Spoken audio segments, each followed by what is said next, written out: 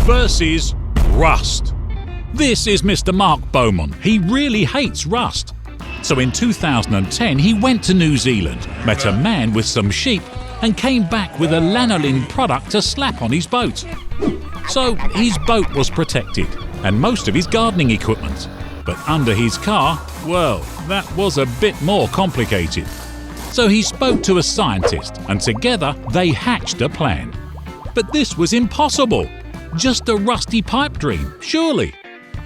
Eureka! Lanoguard motor spray for underbodies. One simple, nimble sprayer to tackle the job. And the business has gone from this to this in 14 wonderful rust-free years. It's all in one box, no tools needed, and no spraying or prep skills required. There he goes, off to Lanoguard something else. Lanoguard, the complete underbody rust protection car kit, invented by him. Road tested by over 50,000 vehicle owners. In the battle of man versus rust, man wins.